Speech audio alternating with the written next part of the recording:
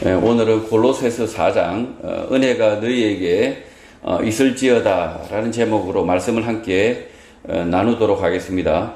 바울은 골로새 교회의 종들에게 예수를 믿는 주인을 도우라, 협력하라고 말합니다. 그 주인이 골로새 교회 같은 교회 성도들이고 예수 그리스도를 구주로 믿고 있었고 그가 하는 일이 곧 주의 일이었기 때문입니다. 그래서 무슨 일을 하든지 마음을 다하여 주께 하듯 하고 사람에게 하듯 하지 말라고 말했던 것입니다. 오늘 한국 사회는 신부제 사회가 아닙니다. 그렇기 때문에 더더욱 자유롭게 주의 일을 할 수 있는데 그 일은 스스로 선택할 수 있습니다. 성도는 주의 말씀을 쫓아서 일하는 사람들을 돕고 참여해야 합니다. 주의 말씀이 아니라 사람의 생각이라면 그 일에 참여할 이유가 없는 것입니다. 주의 일에 참여하면 주님의 상급을 받을 것이고 사람의 일에 참여하면 불의의 보응을 받을 것입니다. 1절 상전들아 의와 공평을 종들에게 베풀지니 너희에게도 하늘에 상전이 계심을 알아야 한다고 말합니다. 바울은 골로새 교회에 있는 종들에게 권면을 했듯이 이 상전들, 그러니까 주인들에게도 권면을 합니다. 같은 교회의 교인들인 종들에게 의롭게 평등하게 대하라고 말합니다. 그렇게 해야 하는 이유는 상전들, 주인들도 하늘에 예수 그리스도 주를 모시기 때문이라고 말합니다. 세상에서 종은 부당하게 대해도 항의를 하지 못하지만 교회에 함께 출석하는 종, 같은 교인에게는 의롭게 대하라, 평등하게 대하라는 것입니다. 특별 대우하라는 것이 아니라 부당하게 차별적으로 대하지 말라, 다른 종들과 마찬가지로 대하라는 것입니다. 1세기 당시 종과 주인이 함께 같은 교회에 출석하는 특별한 상황 속에서 신분제, 노예제를 비난하는 것이 아니라 그 노예제 속에서도 의와 공평을 베풀라고 말하고 있고 주인 또한 예수 그리스도를 주로 모신다라는 사실을 각성시키고 있는 것입니다. 지금 이 골로새 교회 안에는 이 종과 주인이 함께 출석하고 있습니다. 아무래도 이 주인이 적고 종이 더 많을 겁니다. 종이 더 많고 그런 상황 속에서 종에게도 권면을 했지만 지금 바울은 그 주인 그러나 바울은 이 주인에 대해서 주인에 대해서 특별하게 주인에 대해서 특별 대우를 하지 않는다는 거죠. 지금 대한민국 한국 교회에 이 장로들, 그러니까 뭐 기업가들, 정치인들 이런 세력을 가지고 있는, 권세를 가지고 있는 재력이 있는 사람들이 교회에 찾아오면 특별 대우를 특별 대우를 하지만 지금 바울은 특별 대우하지 않습니다. 종들이나 그러나 지금 이 주인들이나 똑같은 신분이 다르지만 그러나 똑같이 권면하고 있다. 2절 기도를 계속하고 기도에 감사함으로 깨어 있으라고 합니다. 골로새 교회 성도 가운데 종을 거느리는 상전들, 주인들의 영향력은 매우 컸습니다. 신분제 사회 속에서 주인은 종과 다른 지위에 있었던 것입니다. 주인은 실제 일을 하지 않았지만 일을 계획하고 지시하는 역할을 했고 종은 주인의 명을 받아 그 일을 직접 했던 것입니다. 골로새 교회의 성도인 주인이 기도를 해야 하고 감사함으로 주변 상황을 지켜보아야 했던 이유는 복음 때문입니다. 1세기 당시 복음을 전하는 일은 핍박받는 일이었기 때문에 당시 일어나는 일들에 대하여 주의 깊게 살폈어야 하는 것입니다. 오늘 한국 사회에서 복음을 전파한다고 체포되는 일은 없지만 1세기 당시 교회 상황은 자유로운 상황이 아닌 것입니다. 교회가 다른 이방인들과 마찰을 빚거나 충돌을 할 경우 중재를 해야 하는 사람은 사회적 신분이 있고 어느 정도 재력이 뒷받침되었던 주인들이었던 것입니다. 주인들, 상전들은 이런 문제 해결에 자신들이 쓰임을 받는 것, 주의 일에 쓰임을 받는 것에 대하여 감사하라라고 바울이 말하고 있는 것입니다. 자신들의 역할에 대하여 의서대고 잘난 체 하는 것이 아니라 감사함으로 해야 한다라고 바울이 말하는 것입니다. 교회 안에 여러 사람들이 있는데 역할은 다 다르다는 거죠. 어떤 사람은 신발을 정리하는 사람들도 있겠지만 어떤 사람은 억울하게 교인이 잡혀갔을 때 그를 풀어낼 수 있는 그런 역할도 할 수 있다는 거죠. 그런데 그럼에도 불구하고 어스러대지 말고 잘난 체하지 말고 같은 교회 안에서 겸손하게 섬겨라라고 바울이 말하고 있다는 거죠. 3절 또한 우리를 위하여 기도하되 하나님이 전도할 문을 우리에게 열어주사 그리스도의 비밀을 말하게 하시기를 구하라. 내가 이 일 때문에 매임을 당하였다라고 말합니다. 바울은 복음을 전하다 로마에 반역한 죄로 체포된 상태, 구속된 상태입니다. 이런 상황 속에서 바울과 그 일행들을 위해서 기도를 하라고 하는데 석방을 위해서 기도하라고 하지 않습니다. 붙잡혀 재판을 받는 상황 속에서 하나님께 전도할 문이 열리길, 그리스도의 비밀을 말할 수 있는 기회가 주어지길 기도를 하라는 것입니다. 자신이 체포된 이유는 이 일 때문이다 라고 자각하고 있는 것입니다. 골로새 교회의 주인들, 상전들은 바울이 갇힌 상황 속에서 자신이 알고 있는 로마 관리들이 있다면 연락하여서 석방을 요구할 수 있지만 그렇게 하지 않고 재판 과정에서 공개 변론 기회를 주라고 말해야 했던 것입니다. 지금 바울이 부탁하는 것은 이 감옥에서 나오게 해달라고 부탁하고 있는 것이 아니라 재판 과정 중에서 바울이 변론할 기회를 달라. 변명을 할 수 있게끔 그 기회를 달라라고 그렇게 기도하라는 거죠. 1세기 로마 시대 이전부터 문명국가의 재판은 전부 공개로 진행되었습니다. 비공개 재판, 밀실 재판은 문명국가가 아니라는 증거이고 이미 불이한 재판이라는 것입니다. 한국 사회 법원의 재판 행태를 보면 법관 자신들의 치부를 드러내지 않기 위하여 법정 촬영을 막고 공개를 최대한 하지 않습니다. 피고인의 인권 침해 방지, 사생활 보호를 위한 목적이 아니면 공개를 해야 하지만 그렇게 하지 않는 것입니다. 특히 정치적 사건의 경우 피고인은 자신이 받는 재판이 공개되기를 원하지만 기소하는 검사와 판사는 최대한 재판 과정을 숨기려고 하는 것입니다. 그 이유는 자신들의 기소와 재판이 부당하다, 불이하다라는 것을 이미 알고 있기 때문입니다. 공개라는 측면에서 바울이 체포된 1세기 당시 재판은 대한민국의 현재 재판보다 나았던 것 같습니다. 바울의 재판은 모든 사람들이 지켜볼 수 있는 그런 상황 속에서 진행되었고 바울은 자신의 무죄를 변론하며 예수는 우리를 죄 가운데 구원하시기 위하여 이 땅에 오신 그리스도 하나님의 아들이었다. 그가 십자가에서 죽으시고 부활하시고 심판주가 되신다. 그를 믿어 구원을 얻는다. 그 복음을 전하는 것은 무죄다라고 말할 수 있었던 것입니다. 로마에 복음이 전파된 상황을 보면 바울의 이 재판을 통하여 복음을 듣고 믿었던 사람들도 있었던 것 같습니다. 4절 그리하면 내가 마땅히 할 말로서 이 비밀을 나타낼 것이라고 말합니다. 바울에게 변론의 기회가 주어진다면 바울은 복음을 드러낼 것이다, 알릴 것이다 라고 말합니다. 바울의 변론의 목적은 무죄 석방이 아니라 복음을 드러내는 것, 알리는 것이라고 말합니다. 그래서 바울 자신의 소명 뒤에 변론 기회를 위해서 석방을 위해서 기도하라는 것이 아니라 소명 기회, 변론 기회를 위해서 기도해 달라고 했던 것입니다. 5절 외인에게 대해서는 지혜로 행하여 세월을 아끼라고 합니다. 이 말씀의 의미는 킹 제임스 영문 성경을 보면 잘 알 수 있습니다. 나가버린 성도, 복음을 떠난 성도들로 인하여 시간 낭비하지 말라는 것입니다. 잊으라는 것입니다. 그러니까 냉철하게 그냥 잊으라는 거죠. 골로새서 4장 킹 제임스 영문 성경을 읽으면 이렇게 씁니다. Work in wisdom towards them that are without, redeeming the time. 밖에 있는 사람들에 대하여 지혜 있게 처신을 해야 한다. 시간을 아껴야 한다는 것입니다. 복음을 떠난 사람들에 대하여 연민 같은 것은 버리고 복음을 듣고자 하는 사람들에 집중해야 한다는 것입니다. 나간 사람 붙잡지 말고 들어올 사람에게만 집중하라는 것입니다.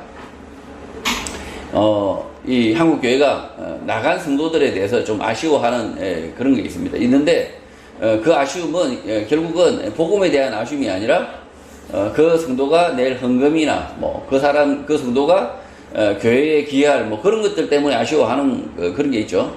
자, 그런데 복음을 떠난 사람들은, 교회를 떠난 사람들, 특히 복음을 떠난 사람들에 대해서는 냉철하게 잊어라. 뭐 지옥을 가든 천국을 가든 그냥 잊으라고 바울이 이야기하고 있습니다. 그래서 시간을 아껴라. 오히려 복음을 듣고자 하는 사람들, 말씀을 듣고자 하는 사람들을 더 찾아서 그들을 가르치는 것이 훨씬 유익하다라고 이야기하고 있다는 거죠. 6절, 너희 말을 항상 은혜 가운데 소금으로 맛을 낸과 같이 하라. 그리하면 각 사람에게 마땅히 대답할 것을 알 것이라고 합니다. 바울은 항상 은혜로 말하고 소금을 친 것처럼 말하라고 합니다. 은혜는 예수 그리스도의 죽으심이 우리 죄를 사하십니다. 구원 얻도록 하십니다. 라는 메시지를 말마다 말하라는 것입니다. 또 바울은 은혜뿐만 아니라 소금을 친 것처럼 짜게 말하라, 단호하게 말하라고 합니다. 위선과 거짓, 죄를 지적하라는 것입니다. 소금처럼 말하고 행동하라는 것입니다. 그런 방식으로 말하면 각 사람에게 마땅히 대답할 것을 알게 된다라는 것입니다. 어떤 사람들이 질문하더라도 은혜와 소금을 기억하면 된다는 것입니다. 한국교회 설교 가운데 은혜는 있지만 소금이 없습니다. 거짓말, 위선, 사기, 선동, 허위, 과장을 지적하지 않습니다. 성도들 눈치 보느라 소금을 뿌리지 못하는 것입니다. 설교를 들어도 무슨 맛인지 알 길이 없습니다. 소금이 없는 것입니다. 바울이 말한 대로 성도의 말에는 늘 은혜와 함께 소금이 있어야 합니다. 거짓말과 위선, 사기, 선동, 허위, 과장, 허풍에 대해서는 따끔하게 소금을 뿌려야 합니다. 그렇게 하면 소금 맞은 사람들은 살아있는 미꾸라지 소금 뿌린 것처럼 반발을 합니다. 질문이 마구 생겨납니다. 그 질문에 대한 대답은 마찬가지로 은혜와 소금으로 충분히 답할 수 있다는 것입니다. 아무런 걱정하지 말고 은혜와 소금을 뿌리라는 것입니다. 소금 뿌려서 성도가 나갈 것을 걱정하지 말라는 것입니다. 이 소금이라고 하니까 양념이라고 생각하는데 아니라는 거죠. 이 소금은 이 맛을 내는 소금도 있지만 이 소금의 목적은 뭡니까? 이 바울이 말하고 있는 은혜와 소금, 빛과 소금은 뭡니까? 짜야 됩니다. 부패를 방지하는 겁니다. 성도가 좀 뻥을 치려고 하면 거기에 소금을 아주 심하게 치라는 거죠. 거짓말을 하면 아주 그냥 귀가 새빨개지도록, 얼굴이 새빨개지도록 소금을 치라는 거죠. 그래서 이 교회 안 나와. 기분 나빠서 이 교회 안 나와. 그러면 앞에 뭐라고 했습니까? 바울이 신경 끊으라는 거죠. 교회 밖으로 이렇게 튕겨 나간 사람들에 대해서 옳은 소리를 했는데 바른 소리 했는데 거짓말하는 것을 지적했는데 나간다. 그런 성도는 이 위선과 거짓말과 허풍 이런 것을 잘못된 것을 지적했는데도 불구하고 나간다. 잊으라는 거죠. 그냥 시간 낭비라는 거죠. 시간 낭비. 그런 사람들 붙잡고 계속 씨름하는 것 자체가, 기도하는 것 자체가 시간 낭비라는 거죠. 그러나 교회가 부당하게 성도들을 모함하고 비방하고 이렇게 해가지고 교인을 내어 쫓는 교회가 있습니다. 진실하게 말하면 오히려 쫓겨나는 거죠. 그런 교회는 얼른 쫓겨나야 됩니다. 얼른 쫓겨나서 아니면 자기 발로 걸어 나와야 된다는 거죠. 진실하게 예수 그리스도의 말씀을 받드는데도 불구하고 오히려 비난을 한다. 그러면 그런 교회는 나와야 된다는 거죠. 그러나 지금 한국 교회는 그렇지 않다는 거죠. 한국 교회는 은혜만 설교하고 소금이 없다는 거죠. 이 빛만 이야기하고 빛과 소금이라고 하지만 이 소금은 없는 거죠.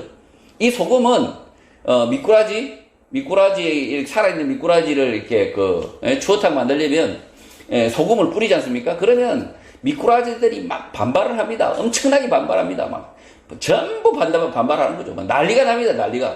난리가 난다. 그러니까 바울도 아는 거죠. 이 소금을 뿌리면 난리가 나니까 막 반발이 시작되는 거죠. 막 질문이 니만 잘났냐? 그러면서 그냥 그게 뭐 성경의 말씀이냐? 이러면서 막 대든다는 거죠. 막 대들면 반발을 하면 바울이 이야기하고 있다는 거죠. 아무 걱정하지 말라는 거예요. 아무 걱정하지 말고 은혜와 소금으로 마땅히 대답할 말들을 주실 것이다 라고 이야기하고 있다는 거죠. 그래서 이 말씀을 전할 때, 그다음 말씀을 가르칠 때 떠날까 조심할 필요 없고, 그리고 은혜가 있고, 그다음에 소금이 있다면, 이 두 가지의 말씀을 전한다면 예수 그리스도의 죽으심과 그리고 죄에 대해서 지적함이 있다면 이렇게 가르친다면 그것은 잘하는 것이다라는 거죠. 잘하는 것이다.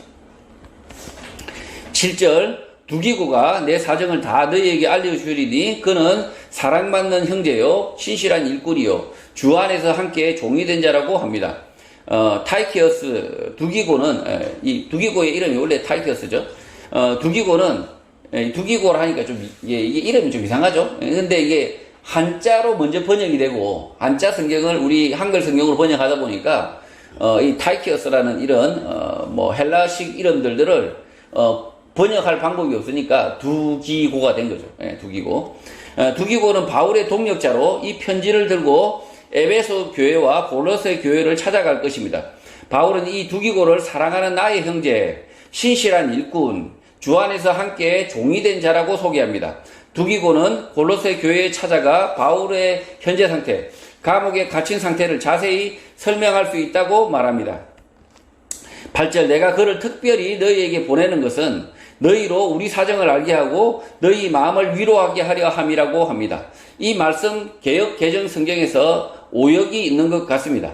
문맥을 살펴보면 7절과 8절이 반복되는데 킹 제임스 영문 성경을 보면 주어가 바뀌어 있습니다.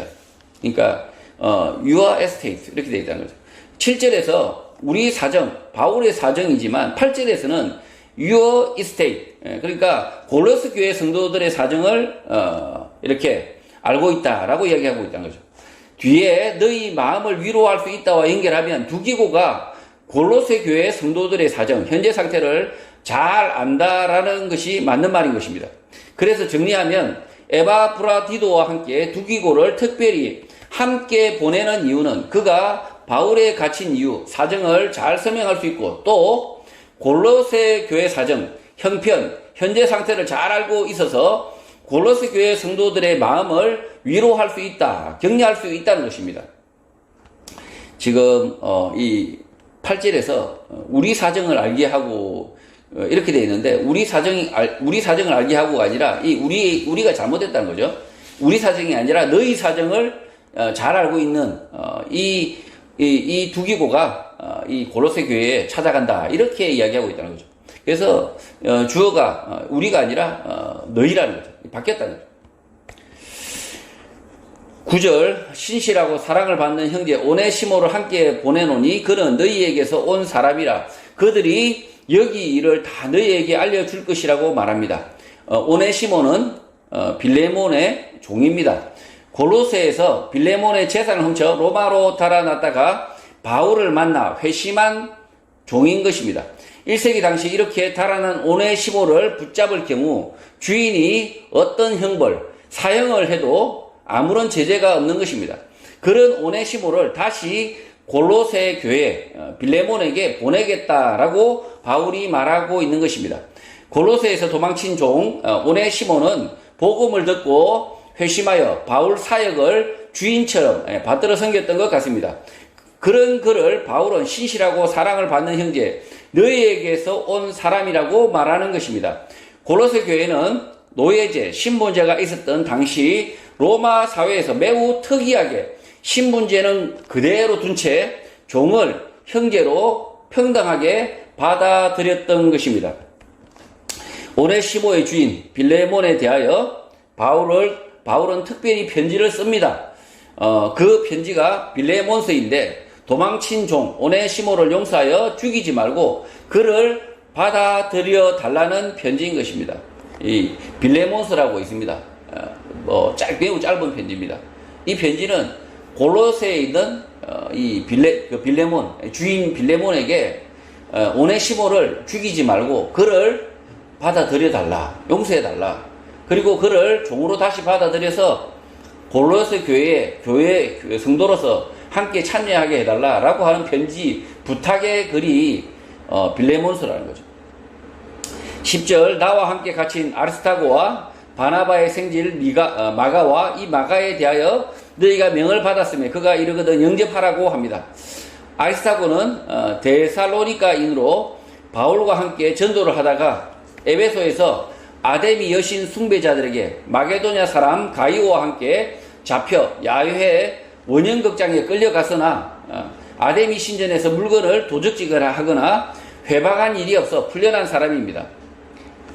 이 아리스타고가 이렇게 다른 사도행전에 나옵니다. 사도행전에 나오는데 이 가이오와 아리스타고가 이 아데미를 뭐 이렇게 회방했다 이런 이런 모함을 받고 이 원형극정으로 사람들이 군중들이 때로 몰려서 이 두 사람을 붙잡아서 처단하려고 끌고 가죠. 끌고 가는데 바울은 그 바깥에서 들어가지도 못하고 바깥에서 사람들 속에 이렇게 들어가려고 하는데 바울이 들어가서 거기 원형극장에서 변론을 하려고 하는데 그런데 다른 사람들이 말립니다.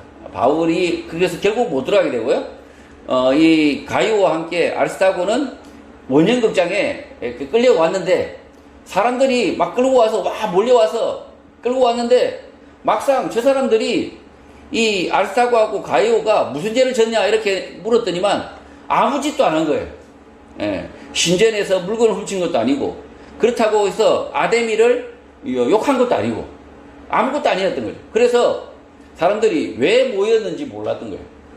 그렇게 많은 사람들이 그 원형극장 안으로 몰려왔는데 왜 몰려왔는지 모르고 그래서 계속 뭐라고 합니까? 크다 아데미여, 크다 아데미여, 뭐 이렇게 그렇게 외치다가 다 흩어져 버렸다는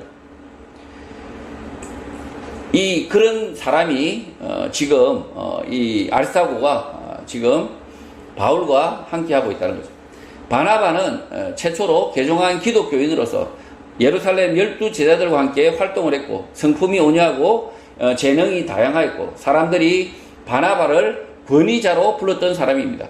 바나바는 바울을 12제자에게 소개를 했던 사람이고 안디옥 교회 강단에 다소에 있던 바울을 데려와서 설교자로 세워서 부흥을 이끈 사람입니다. 이 바나바의 누나가 예수님의 12제자에게 집을 제공했던 마리아이고 이 마리아의 아들이 마가인 것입니다. 어린 마가는 어머니 마리아를 통하여 예수와 예수 제자들을 멀리서 지켜보며 어렸을 때부터 믿음을 가졌던 것 같은데 바울과 함께 했던 1차 전도 여행에서 어려움을 이기지 못하고 전도 여행에서 이탈을 합니다. 훗날 바울과 바나바는 이 마가를 다시 선교 여행에 동행할지 여부를 두고 심하게 다투어서 결국 바울과 바나바는 갈라서게 됩니다. 이런 믿음 없었던 마가가 깊은 반성과 함께 다시 용기를 내어 바울과 함께 로마에 지금 있는 것입니다. 지금 이 마가가 언제 바울과 합류했는지 잘 모르지만 어쨌든 마가는 처음 1차 전도 여행 때 너무 힘드니까 도망가 버렸다는 거예요. 도망갔다가 그래서 이 바울이 그렇게 도망가는 나약한 이런 마가를 다시 데리고 갈 수 없다. 그래서 바나바와 심하게 싸우고 이 1차 전도 여행 때의 악몽을 생각하고 얼마나 지금 마가가 희한한 짓을 하고 떠나갔으면 바울이 그를 전혀 그 걔를 데려가면 안 된다 라고 이야기했던 거죠. 그랬던 마가가 지금 이 로마의 감옥에 갇혀있는 이 바울에게 찾아왔던 거죠. 그리고 이 바울과 이 마가가 이제 바울이 마가를 이제 인정한다는 거죠. 이 마가는 바울이 죽고 난 이후 마가복음을 기록하여 로마인들과 이방인들에게 복음을 전해냈던 것입니다. 11절 유수도라 하는 예수도 너희에게 문안하느니라. 그들은 할레파이나 이들만은 하나님의 나라를 위하여 함께 역사하는 자들이니 이런 사람들이 나의 위로가 되었다고 합니다. 할레파 중에 유수도라 불리는 예수, 이름이 예수인데 유수도라고 별명이 유수도죠. 예수도 바울과 함께 로마에 있는데 할레파인 예수, 유수도는 하나님의 나라를 위하여 무할레파의 수장, 이방인의 전도자였던 바울이 로마에서 잡혔다, 감옥에 갇혔다는 소식을 듣고 꺼리낌 없이 찾아와 위로를 했던 것입니다. 할레파인 유수도, 예수가 할레나 무할레나 동등하다라고 말하는 바울을 만나 위로할 수 있었던 이유는 비록 자신이 할레파로 있지만 하나님 나라 복음을 위해서는 편견을 접고 기꺼이 바울과 협력했던 것입니다. 그래서 바울은 더 위로가 되었을 수 있습니다. 지금 이 할레파 유수도, 그러니까 예수, 이 사람이 지금 바울을 찾아왔다. 이 바울을 찾아왔는데 바울은 이 유수도에, 그러니까 이 예수의 방문이 더 위로가 되었던 거죠. 왜냐하면 이 할레파들을 대표해서 할레파에 속해 있는 이 예수가 바울을 찾아왔다는 거 아닙니까? 이 바울은 이 무할레파 아닙니까? 무할레파. 이 할례가 필요 없다. 이렇게 이방인도 전도했던 그 수장이 바울입니다. 그러니까 할레파는 어떻게 생각했겠습니까? 복음을 전하면서도 이 바울을 무시했던 거죠. 바울을 무시했는데 이 예수라고 하는 이 할레파는 찾아와서 바울을 위로하고 있다는 거죠. 12절 그리스도 예수의 종인 너희에게서 온 에바브라가 너희에게 문안하느니라. 그가 항상 너희를 위하여 애써 기도하여 너희로 하나님의 모든 뜻 가운데서 완전하고 확신 있게 서기를 구했다고 합니다. 골로새 교회 창립자인 에바브라디도는 골로새 교회를 위하여 뜨겁게 일했다. 그 일을 하며 기도를 했다고 바울은 말합니다. 그의 기도는 골로새 교회 성도들이 하나님 뜻 안에서 스스로 온전하게 바로 서는 것입니다. 예수 그리스도의 말씀을 이해하고 그의 말씀으로 완전하게 자립하는 것입니다. 지금 이 에바브라디도의 기도는 기도만 하는 것이 아니라 실제로는 에바브라디도의 기도는 뭡니겠습니까? 예, 성도들을 찾아가는 거였습니다. 이 골로새 교회의 성도들 그리고 그 각 가정마다 찾아가서 그들에게 말씀을 전하고 가르치고 이것이 에바브라디도의 기도였다는 거죠. 실제 사람들이 자꾸 기도라고 이야기하면 뜨겁게 기도했다 이렇게 이야기하면 골방에 앉아서 계속 그냥 막 중얼대기만 했다 이렇게 생각하는데 전혀 아니라는 거예요. 이게 전혀 아니고 이 기도 가운데 이 12절을 해석해 보면 이 에바브라디도는 기도하는 가운데 뜨겁게 복음을 전했다. 뜨겁게 말씀을 가르쳤다. 뜨겁게 성도들을 가르쳤다라고 그렇게 해석이 된다는 거죠. 그래서 한국교회가 자신들이 이렇게 전도하고 가르치고 집을 찾아가서 그 말씀을 가르치고 그리고 그 말씀을 가지고 나누고 이런 것들 하지 않으니까 그게 귀찮으니까 그냥 방구석에서 그냥 중얼중얼 하는 그것이 기도라고 생각하는 거예요. 착각하고 있다는 거예요. 실제 1세기 성도들의 기도는 뭡니까? 실제 가정에 찾아가서 가정에서 말씀을 나누고 떡을 나누고 그 말씀을 그러니까 그 당시에 이 복음서의 말씀들을 다시 교육하고 가르치고 그렇게 해서 그걸 전하고 그게 기도였다는 거예요. 그게 마치 한국 교회가 이 불교의 영향을 받아가지고 기도하면 뭡니까? 이 면벽수행 그러니까 암자에 들어가서 이 중이 연부를 외는 것 그게 기도라고 생각하는 거죠. 그러나 기독교 이 예수님이 말씀한 기도는 뭐냐? 실제로는 예수님의 하나님의 말씀을 쫓아서 실천하는 것이 기도다. 그것이 기도라고 가르치고 있다는 거죠. 그리고 이 에바브라디도도 마찬가지로 이 자기의 삶 가운데 이 골로새 교회를 세우기 위해서 동분서주했다는 거죠. 동분서주했다. 심지어 이 바울이 옥에 갇혔다라는 소식을 듣자마자 어떻게 했습니까? 골방에서 바울을 구출해 주세요 하고 그냥 연부를 한 것이 아니라 죽을 수도 있는 그 먼 길을 1000km가 넘는 그 길을 먼 길을 에바브라디도가 기도하는 마음으로 찾아갔다는 거죠. 바울을 찾아가서 위로하고 그 바울의 이 말을 듣고 그리고 다시 그 바울의 말을 다시 골로새 교회에 돌아가서 전하고 이것을 이 에바브라디도는 기도라고 이야기하고 있다는 거예요. 13절 그가 너희와 라오디게아에 있는 자들과 히에라폴리에 있는 자들을 위하여 많이 수고하는 것을 내가 증언한다고 합니다. 바울은 에바브라디도와 함께 오랫동안 함께 생활하며 이야기를 나누어서 안다는 것입니다. 바울이 에바브라디도로부터 들은 이야기는 그가 골로새 교회뿐만 아니라 인근 라오디게아, 히에아볼리까지 찾아가 전도하기 위하여 동분서주한 일, 만났던 사람들의 이야기를 들었기 때문에 안다는 것입니다. 이 에바브라디도가 굉장히 대단한 사람입니다. 교회를 세 곳에서 개척교회를 하는 거죠. 골로새, 그 다음에 이 골로새뿐만 아니라 라오디게아, 그 다음에 히에라볼리까지 다 다른 도시입니다. 이 다른 도시에서 이 에바브라디도가 바울의 그 설교를 듣고 회심하고 그 바울이 전한 복음서의 말씀들을 들고 가서 전해서 교회를 세웠다는 거죠. 라오디게아는 골로새에서 서쪽 25km 지점에 있는 도시이고 히에라볼리는 이 라오디게아에서 북쪽 10km 지점 높은 고지의 도시입니다. 에베소에서 바울을 통하여 복음을 들은 에바브라디도는 이런 도시까지 그때 당시에 25km, 10km 이렇게 먼 데까지 찾아가 복음을 전했다는 것입니다. 14절 사랑을 받는 의사 누가와 또 데마가 너에게 문안한다고 합니다. 옥에 갇힌 바울 옆에 의사 누가도 데마도 함께 있어서 인사를 전하는 것입니다. 누가는 안디옥에서 의학을 공부하여 의사로 활동하던 중 바울로부터 전도되어 바울과 함께 전도 여행을 했고 바울의 로마 감옥 생활하는 동안 내내 바울과 함께 있었고 누가복음과 사도행전의 저자로 알려진 인물입니다. 데마는 바울이 1차 감옥에 갇혔을 때 곁에 있었던 동역자지만 바울이 2차 감옥에 갇혔을 때 세상을 사랑하여 바울 곁을 떠났다고 기록되어 있습니다. 15절 라오디게아에 있는 형제들과 눈바와 그 여자의 집에 있는 교회에 문안하라고 합니다. 라오디게아 교회의 형제들은 눈바의 집에서 모였는데 오늘 시대에도 자신의 집을 내어주고 모일 때마다 음식을 준비하고 설거지를 하는 등의 수고는 아무나 할 수 없는 것입니다.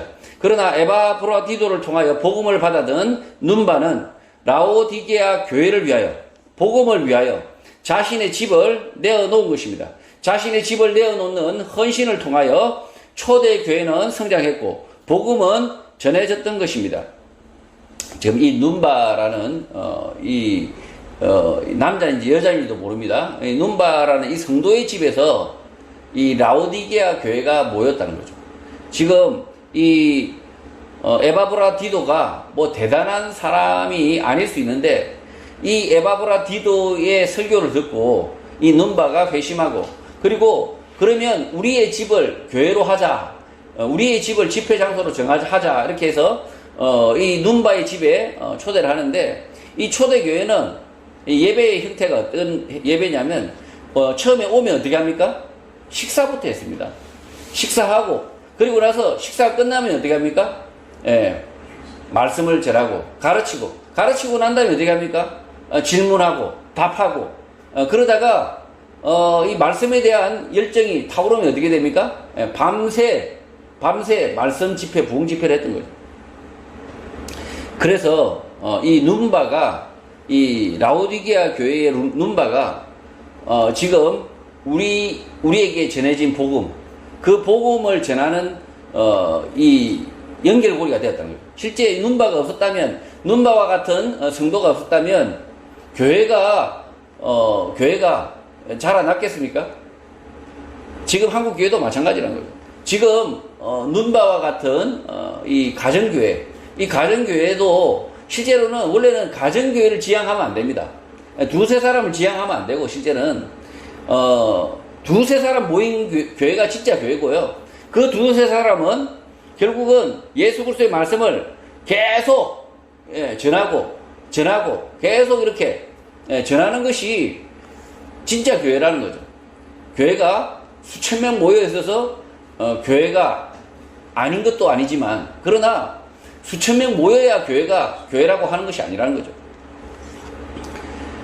진짜 교회는 예수 그리스도의 말씀을 가르치는 두세 사람이 진짜 교회라는 거죠.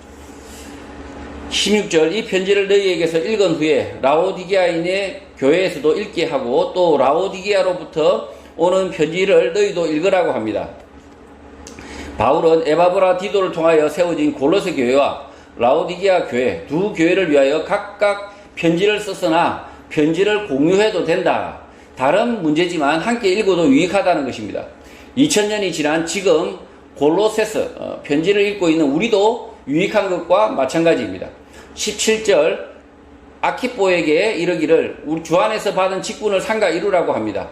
아키포는 골로새 교회 교인으로 직분을 받은 것 같습니다. 감독, 장로, 총무, 집사 등의 직분을 받았을 수 있습니다. 아키포가 그 직분에 충실하지 않았던 것 같습니다. 그래서 바울이 경고, 충고를 하는 것입니다. 그 직분에 충실해야 하는데 그 직분은 주로부터 받았기 때문이라는 것입니다.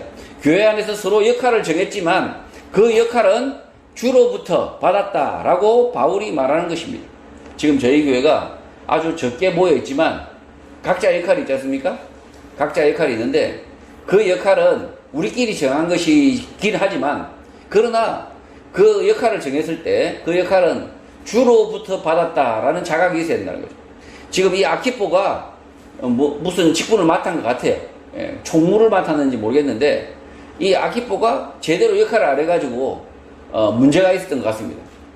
그래서 이 바울이 그 소식을 듣고 충고를 하는 거죠. 아키포에게 직분을 맡았으면 그 직분을 주 안에서 상가 이루라, 충실하라 라고 얘기하고 있다. 18절 나 바울은 친필로 문안하노니 내가 메인 것을 생각하라. 은혜가 너희에 있기를 원한다. 아멘으로 편지를 마칩니다. 바울은 감옥에 갇혀 있지만 편지를 자신의 손으로 직접 쓸 수 있어서 직접 편지를 쓴다는 것입니다. 바울은 나의 갇힘, 묶임을 기억하라고 합니다. 그 이유는 바울 자신이 전한 복음을 다시 생각하라. 내가 전할 수 없게 되었으니 들은 너희들이 대신 더 열심히 전하라는 뜻입니다. 바울의 마지막 글은 은혜가 너희와 함께 있기를 바란다는 것입니다.